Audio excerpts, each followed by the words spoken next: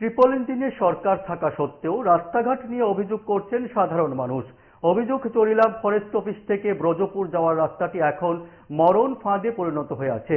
গত কয়েক মাস আগে রাস্তাটি সংস্কার করা হয়েছিল। অভিযোগ, এর কিছুদিন পরেই রাস্তাটি ভগ্ন দশায় পরিণত হয়, ফলে নানান সমস্যার মধ্য দিয়ে চলাফেরা করতে হচ্ছে স্থানীয়দের।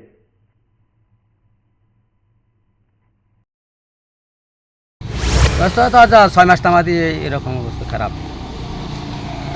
এই রাস্তাটা আমরা পোস্ট অফিস থেকে বজুপুর উদ্দি গেছি।